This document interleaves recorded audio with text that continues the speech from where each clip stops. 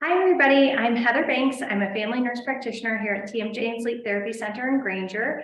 And I just want to talk with everyone a little bit about some sleep basics. We obviously are treating patients with sleep apnea here at the office. And so we're screening and investigating sleep complaints all the time. So I just wanted to do a basic rundown of some of the most common sleep disorders and some important things to be looking for when you're assessing a patient, or if you are the patient, things that you're looking at with your own sleep. So 1/3 of our lives are spent asleep. So if we are dedicating that much of our life to something, then we know it's got to be really important. However, in today's very busy, fast-paced, got to get to work, got to get the kids, got to get dinner made and get to bed, often it's something that we're really neglecting. Every living creature on earth sleeps, so we know really important. So tonight we're just going to look at a few of the different things that cause problems with sleep and some small things that we can do to help sleep. So our sleep has several different phases. There are non-REM sleep, and then there are REM sleep phases. Non-REM is divided into N1 sleep, which we spend 5% of our time in, N2 sleep, which we spend 55% of time in, and then N3 sleep, which we spend approximately 20% of our sleep time devoted to. N1 is our first stage, which is when we're really lightly asleep and we can be easily aroused. We might not even think that we've been asleep. And N3 is slow wave sleep. So that's really important sleep as well. REM sleep isn't divided into stages. It's just REM sleep, and we're in REM sleep about 25% of the time. There's been a lot of research done about REM sleep, about what's happening during that sleep. It's also known as paradoxical sleep because we have rapid eye movements and it appears that we might be awake, but we're actually in a very deep state of sleep. And we are transferring memories that we learned from today into long-term memories. We're also healing, and it's very restorative sleep. So while there are multiple stages of sleep, all of them are very important and they all have different functions. So when we are looking at a patient's sleep complaints, we really want to do some investigation. So when we're going to be assessing, we want to know how much sleep, what is the quality of sleep, what are the sleep related complaints, as they're thrashing, kicking, waking up in the middle of the night, not being able to fall asleep right away. And then we also want to know about observed abnormal sleep related behaviors. And so that would be from a bed partner. Is the patient getting out of bed in the middle of the night and they're not aware of it? Are they elbowing them and the patient doesn't really know that they're moving? Or you, the patient, is your bed partner telling you, hey, you're doing all these things and you're not even aware of it? So we really want to investigate sleep, because a lot of people will just say, oh, I didn't sleep well. Well, what exactly does that mean? Because when we really take a deep look at it, those can point to different things that could be going wrong with the sleep pattern. So we kind of know where to start to address what's happening to get you sleeping better. So the recommendations for quantity of sleep, I don't think a lot of people are getting it in the US. Adult, our optimal sleep hours are between 7 and 9 hours a night. Less than 6 hours or greater than 9 to 10 hours, that is associated with adverse healthcare outcomes. So we really want to aim for that 7 to 9 hours of sleep. And that's not just being in bed. Oh, I made it in bed just in time to be in bed for 7 hours, but it took me an hour and a half to fall asleep, or I was scrolling on my phone. We really want to hit those hours. So in order to get 7 to 9, we have to plan ahead. For teens, optimal sleep hours are between 8 and 10. I know that's really tough for a lot of teens who are in multiple activities and then have after school jobs and are in sports. So we really want to encourage our youth to sleep because their brains are growing and developing. And so they need to sleep desperately.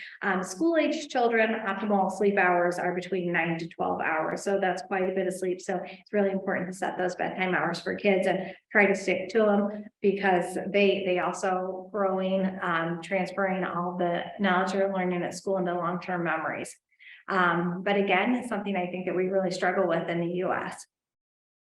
So acute sleep loss consequences, that can just be from one poor night of sleep. We can have slowed response times. We can have decreased attention. We can have an increased sleep drive where we really want a nap. And so we can just feel really tired at work or kids at school.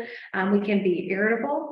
And so this can really negatively impact our problem solving and our moral reasoning. So if we've got kids that are going to school tired, teenagers that are going to school tired, it can affect their ability to make good choices, as well as adults.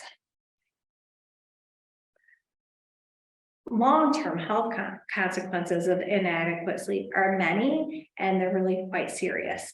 So we know that there's an increased mortality with lack of sleep, cardiovascular disease, weight gain, and type 2 diabetes. There's also an increased risk of mental health disorders, including depression, anxiety, alcohol use disorder, and certainly just generalized irritability. There have been studies that show that a predictor of long-term illness and increased absenteeism from work is directly related to poor sleep quality over a chronic period of time. So when we see that increased mortality, so increased risk of death from lack of sleep, should make us say, let's get that sleep hygiene going and go to bed, but often it's still something we really struggle with. I've actually heard people say, you know what, I'll sleep when I'm dead. Well, my response to that is, well, that'll be a lot sooner if you don't make time for going to sleep. So it's really important that we try to set those hours.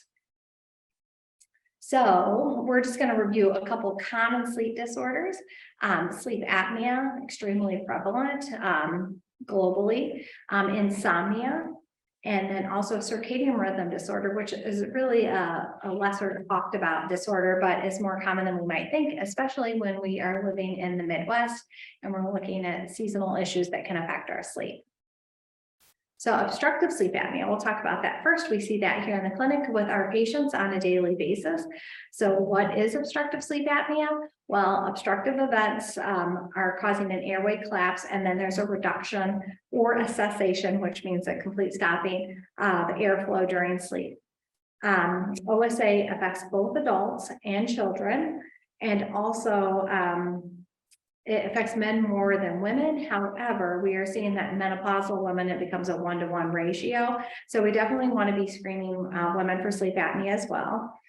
Medical providers and the public themselves are becoming much more aware of sleep apnea as a problem. I think historically we thought of it as, you know, an older gentleman with a big neck and then maybe had a beer belly. We were discounting, you know, tall thin women, young children who have large tonsils and adenoids, and just really looking at this focused population. But we know that we're seeing sleep apnea across all populations. In 2019, so this has been several years ago, obstructive sleep apnea affected nearly 1 billion people globally. So that is a lot of people. And I think that we are still continuing to have that underdiagnosed. So the comorbidities associated directly with sleep apnea: hypertension, obesity, type 2 diabetes, chronic heart disease, chronic obstructive lung disease, hypertrophy of the tonsils and the adenoids. So we see this in children and adults alike. Certainly gastroesophageal reflux disease, asthma, depression, cardiomyopathy. So if you've got multiple comorbidities happening, but no one's suggested, hey, let's look at your sleep, or you've got these comorbidities and you know you don't sleep well, then this is worth having a conversation with your medical provider. So I think one of the barriers to treatment for obstructive sleep apnea is just getting the testing alone. So the polysomnogram is the gold standard for getting a sleep apnea diagnosis. However, there are also home sleep apnea testing units that are really, really easy these days. So the criteria is that you have 5 or more obstructive events an hour. The severity of your apnea is going to be determined by the number of events that you have per hour. So an AHI, which stands for apnea hypopnea index, for mild apnea is 5 to 14.9. An AHI of 15 to 29.9 is moderate apnea, and an AHI greater or equal to 30 is severe sleep apnea. So these are guidelines. Some people can have really mild apnea that really is negatively impacting their life, or really severe apnea and they seem to get along just fine. They're not tired, they don't have any complaints. So the number alone is not the only factor that we want to look at when we're looking at treatment of patient and also success of treatment. So what we're going to do is show you 2 of the home sleep tests that we have that we use here in our office, because we really want to show you how easy this is to apply. So we are going to have Bridget here as our volunteer to have Kelly. She's one of our clinical assistants. She's going to demonstrate how we would set up a home sleep test. This is a Medibite, so we'll put it on Bridget and we can see just how easy it is, because we want to get rid of these barriers to patients not wanting to have sleep tests. So we want to demonstrate just exactly how easy this is to do. So we'll have Bridget and Kelly come on over here and we will set up a Medibite. Kelly will tell you what it is she's doing and what the equipment looks like. So we send these home with our patients, often for validation studies. So I'll let Kelly and Bridget take it over. Okay, so you always get sent home with this little booklet, which kind of guides you every step of the way in setting it up at home. But we will also almost hook everything up on you in our office. So there's very minimal things that you have to do once you get home. So the first is the abdominal belt.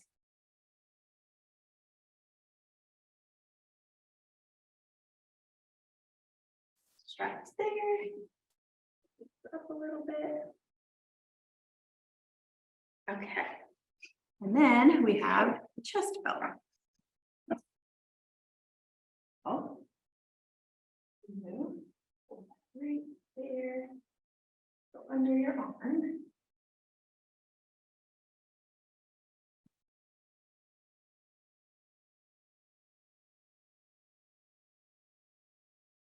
Okay.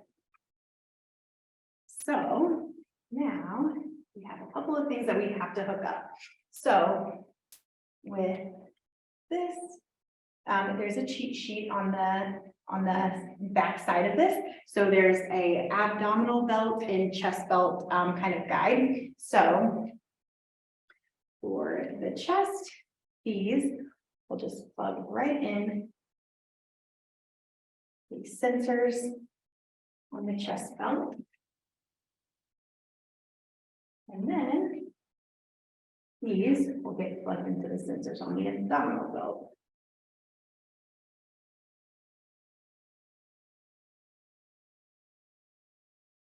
Okay, and then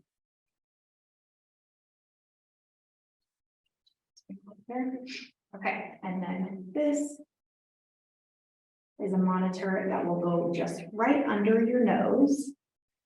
And then we'll just tuck it behind your ears to kind of stabilize it in place there.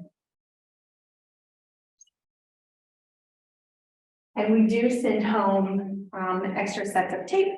So you can put a little bit of tape here and a little bit of tape there. That way you're not worried about things moving while you're sleeping. And so just a couple of things left here. So this is the SpO2 sensor, and it will go right over the index finger, preferably without any acrylic nails, any fake nails, or nail polish for the best results. And then this just gets wrapped right around the finger to hold it in place. Perfect. And then the last cord that's hanging is the snore microphone. And this will actually get taped right to your forehead to pick up any snoring sounds at night. So we'll hook this all up in our office, but we only actually have to unplug two things. So we actually just unplug one chest cord and one abdominal cord, and everything else stays plugged in. That way, when you get home, you have to do very minimal to get it set up on yourself. All right, so we'll take that one off, Bridget, and then we'll show you also, there's another home sleep test that we have started using in our office as well. It's called WatchPat 1. And so this is a little bit newer technology. And this is really, really simple to use. One of the big complaints about the sleep studies or wearing this stuff is that, patients feel like they can't move. Well, with the WatchPat, there's nothing in the spatial area. So I'm just going to show you this. I actually can just show you right on myself. So this is really, really easy. This is, again, newer technology. These are actually, some of these are actually disposable, but this is all that it is. So you're going to put a battery in here. So the battery goes in, the watch goes on just like a watch. And then the SpO2 sensor goes onto your finger. You're gonna pull this tape off. And then this little sensor here. So this is going to be, it's got a little bit of tape on here. And so this is going to be, you would run this through your pajama top, but it's going to come and it's just going to be placed right here at the sternal notch. It's got a little sticky tape. You'll stick it on. We encourage patients to put a little paper tape over it, but that is it. So this is in through your pajamas. This is here on your finger and it's a watch. This is a little bit different in that this needs you to be able to have a smartphone available for it. So you'll listen to a 4-minute tutorial on how to use the watch pad. Super easy, super simple to use. Put your cell phone by the bed and it's going to transmit the data from the watch pad to your cell phone, which is going to get uploaded to a portal so that this can be read by a sleep physician. So super, super easy. Both of them are very easy, very accurate, FDA approved. So these take-home devices are really simple and more people are using them. Insurance is dictating people to, hey, let's do one of these first, unless there's some major risk factors that we wouldn't want to have somebody in the hospital overnight for the polysomnogram.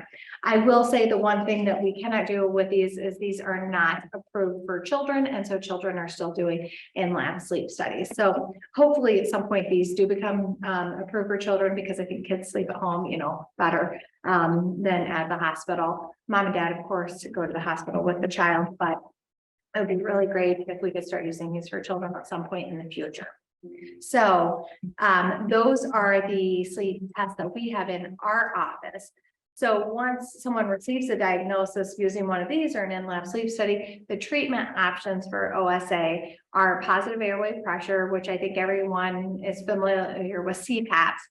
Those have actually come a long way. They aren't all this big face masks with gusting air. There's auto-PAPs, there's little nasal pillows that patients can use. And so really working with your sleep physician to get CPAP or auto-PAP that you can wear and you're comfortable with so that you can tolerate it, can make you feel much, much better. So just working with your provider to say, hey, I think I need to change this, or can we adjust those settings? That can be something that you can do so that it is tolerable. Another excellent option for sleep apnea are oral appliances. We have those here in our office. They're customized to the patient, and they are very successful at treating mild to moderate sleep apnea. It's just an appliance that goes in the mouth, so there's no air flowing. You do want to get a validation sleep study with an oral appliance, so you would get it fitted, make sure it's working well, and then you'd want to do a test similar to one of these so that you can make sure that we're fully treating the apnea.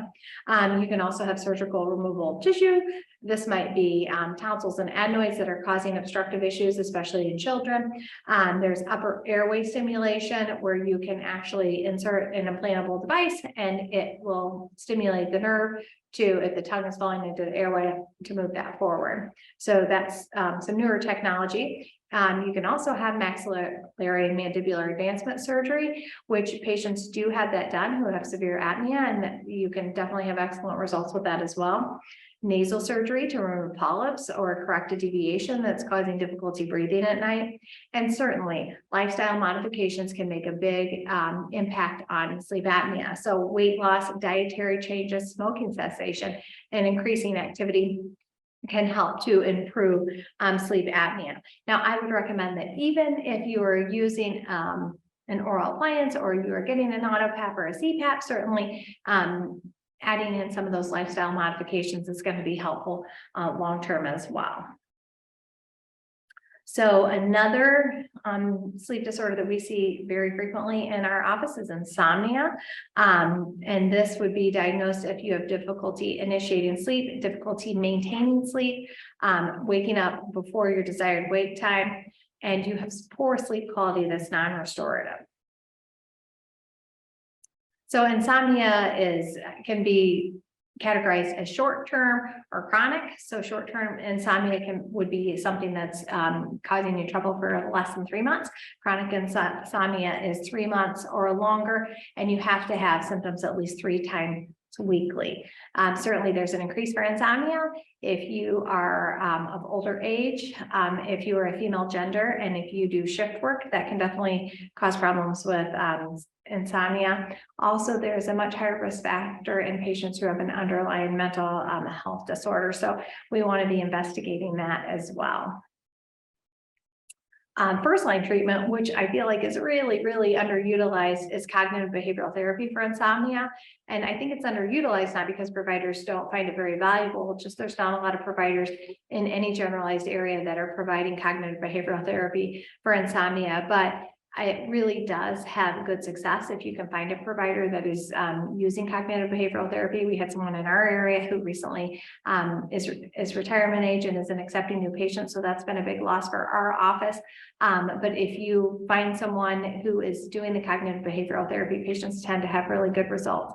It's pretty time intensive. And so that's another drawback. And the provider is going to be asking the patient to keep sleep logs and follow up. So it is time intensive. Because there's limited access to cognitive behavioral therapists, there are lots of apps that you can use for CBTI. And so that can be pretty helpful as well. So they can talk patients through mindful meditation and relaxation techniques for the muscles. So that can be very helpful for patients. And a lot of them are free apps as well. But when you're going with a full-on provider, when you've set up to do a program, usually it's going to be a 4 to 8 week period where they're really going to be looking at sleep, doing some bedtime sleeping restrictions. So, if you're not sleepy, don't get in bed and all of those things. But it can be really helpful if you find someone to do it. And actually, I believe we do have a new provider in our area who has started doing cognitive behavioral therapy. So that's really great for the Michiana area. Other treatments for insomnia include sleep hygiene. So this is really important, really overlooked. I'm guilty of not always having the best sleep hygiene. I think we all are, but having consistent go to bed and then wake times 7 days a week. So you want to sleep in on the weekends, that can throw the schedule off. You want to make sure cool, dark, quiet bedroom, regular meal times and snacks, not eating late into the evening. That can make it difficult to fall asleep. Limiting fluid close to bed, using your bed only for sleeping. So we shouldn't be in there with our bowl of popcorn at night, watching TV, like, hey, got our spouse in here, the dog, the kids, and then wonder why we can't go to sleep. So we want to be careful about doing those things. This is going to sound a little crazy, but scheduling worry time before you go to bed. So, all right, I'm going to sit down with my notebook for 15 minutes before I go to bed, and I'm going to write out all my concerns for the week and what I need to get done so I can go to bed and know that they're recorded and I can deal with those in the morning. Certainly want to avoid napping during the day, avoid watching the clock, because if you're like every 5 minutes, you're like, oh man, I'm not asleep yet. It's going to cause some anxiety and then it's harder to fall asleep. Certainly limiting caffeine and exercising regularly so that you're physically tired when you go to bed is helpful for insomnia as well. And just generalized good sleep hygiene. We want to look at limiting blue light from electronics like I have here. Blue light suppresses melatonin production, which starts us getting ready for bed. And so then it's harder to fall asleep. So we really want to avoid these. 30 minutes is the recommendation, but really up to 90 minutes before going to bed is going to help that melatonin production get going. So trying to wear blue light glasses like these, or just stay off of your screens, is going to be really helpful. Scrolling before you go to bed, not a very good habit, because you're getting the blue light, plus you're also stimulating your mind when you're looking at other things that you're scrolling through. When we suppress melatonin, it gives us a delayed sleep pattern. So it feels like insomnia, but we don't have enough melatonin to help us fall asleep. So it really just makes for a poor sleep environment if we're using our electronics prior to sleep.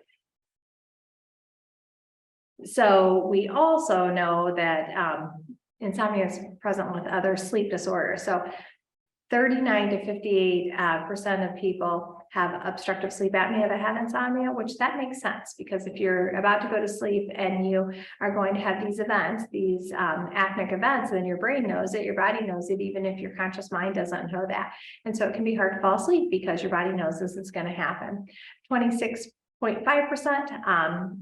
Insomnia is seen with restless leg syndrome, and then 10 to 22% with circadian rhythm disorders, which all of those make sense if you're having restless legs and you're irritable because of low ferritin levels or whatever the reason may be, then it might be harder for you to fall asleep. And certainly circadian rhythm disorders, we're just off, and so we can't go to sleep. So what is a circadian rhythm disorder? They are, first of all, circadian rhythms are human adaptations to a day-night alteration. And so the way that we adapt to that is by organizing behaviors into wakefulness and sleep.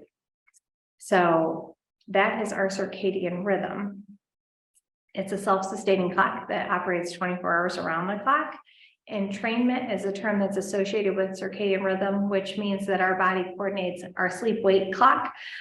So that's all based on a light-dark cycle. So it's our internal clock based on what's going outside. It's combining those two things together. So you can see that if you live in the Midwest and it's dark all the time, that your circadian rhythm might get thrown off in the winter months. So what can we do for that? Well, phototherapy can be really helpful for circadian rhythm disorders. So we're going to use light to realign that circadian phase.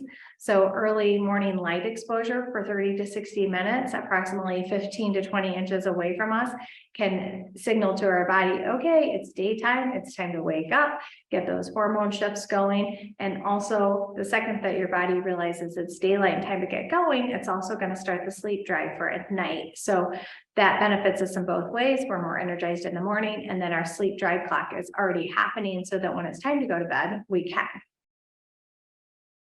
So what is what kind of light are we talking about? Well, we have just a little one right here. So this one has this lovely yellow setting, which I like, and it seems a little less shocking in the morning. You can also do the bright white light. Another thing that you can do with one of these light boxes is you put it on for 30 to 60 minutes in the morning. At 2:30 in the afternoon, when we're starting to get in a slump and it's been dark and gray and our body's like, what's going on? Is it still daylight? Put it on at 2:30. That maintains your body knowing, oh, it's daytime, I need to stay awake, but I still need to keep working on my sleep drive for tonight. So these can be found on Amazon. They're in lots of different stores. They're relatively inexpensive. This one's pretty basic. You can set it for 15, 30, 45, 60 minutes to go off. They do have ones that go off on timer so that it'll automatically wake you up in the morning. My alarm goes off and I just reach over and hit this and I'm shocked awake. But then I'm more energized in the morning. So those can be really helpful. Oral melatonin is another way to help manage circadian sleep rhythm disorders. So it helps to advance your sleep. So it gets you to fall asleep sooner than you're wanting to. So that can be helpful for somebody with insomnia or for someone who's sleeping in too late because it's dark. And so now we're getting everything confused about when our body's supposed to go to sleep. So melatonin is not actually approved by the FDA for circadian rhythm sleep-wake disorder, but we do know that it can help advance our sleep times, move forward. Oh, if I take it an hour before, then I'm going to be sleepy and ready to go to bed. A lot of the problem with melatonin, though, is I think people take it right before they go to bed and it does not work that way. So just knowing that to get the full benefit from it, you're gonna want to take it at least an hour before. So there can be lifestyle changes that can be really helpful for circadian rhythm disorders, starting with adjusting your exposure to light. So we can use this. We can also, if we're able, get out and go for a brisk walk, even in the cold winter weather, so that we're getting some sunlight exposure, scheduling regular wake up times, making a very regular bedtime, and adjusting meals and activities to help maintain that sleep rhythm so that we don't have a circadian rhythm disorder. There's circadian rhythm disorders are really complex, and to do a deep dive in them, we'd find out that there's multiple different issues within the circadian rhythm disorders. However, we're just kind of doing a brief overview, and we're noting that circadian rhythm disorders can really affect us in the Midwest, largely in part to light-dark cycles. So one last thing that I want to touch on related to sleep is vitamin D and sleep. So in our office, we're big believers in vitamin D. Vitamin D is actually a hormone that's produced on the skin from the sun. So again, in the Midwest, a lot of us are going to be deficient. We check all of our patients. We've just recently started doing this because we know that it's vital to multiple functions in the body, but it also can really affect sleep. So we're shooting for a 60 to 80 range of vitamin D. We're checking our patients, and I can tell you they've been running anywhere from 8 to 29 on a higher end. And really, when you're both 60 to 80, we know we have a long way to go. So the reason that vitamin D is so important is because it's really going to affect how well we can get into a deep sleep. And with that 60 to 80 range, there's been research showing that that's when we are going to get our best deep sleep. We have had patients start on vitamin D that their levels were really low, and they're reporting that they're feeling great. They are more energized. Their seasonal affective disorder is improving. I had a patient the other day, and she said, my gosh, my snoring is actually being impacted, which research is showing that it can be impacted by vitamin D. So we want to encourage patients to get vitamin D levels checked and then supplement according to what their levels are. A lot of us just take supplements and we're not sure, what the level was before we started. So getting on a good routine so that you have a summer amount and then a winter amount can really keep that vitamin D nice and stable throughout the year for you, so that you've got good quality sleep. It's also good for bone health and metabolism, it plays many vital roles of the body. So it's a really important thing to monitor. So we would always encourage you, if you take it, to get the levels checked. In wrapping up, I just want to mention a couple of really amazing, these are recommendations that I think are great. So the book called Why We Sleep, Unlocking the Power of Sleep by Matthew Walker is amazing. I've learned so much about animal sleep even with it. So it's a really cool book. And then there's also a program, it's online, and it's called Right Sleep, RIGHT Sleep. Dr. Stasha Gomanak runs a program that's relating to vitamin D and B levels and sleep behaviors. So check it out. Right Sleep. She's really an amazing neurologist, and she tells a story of how she ended up working in sleep when she started off in migraine headaches. So I think that you will really enjoy checking her site out. It's very informative as well. And then also sleepeducation.org, the American Academy of Sleep Medicine has tons of information talking about sleep, everything from really serious sleep disorders to reviewing sleep hygiene. The CDC also has a site, cdc.gov/sleep. And so they've got lots of information on there as well. So if you have any questions, please feel free to reach out to the office after you've watched the video. We would be happy to field any questions that you might have. Thanks so much.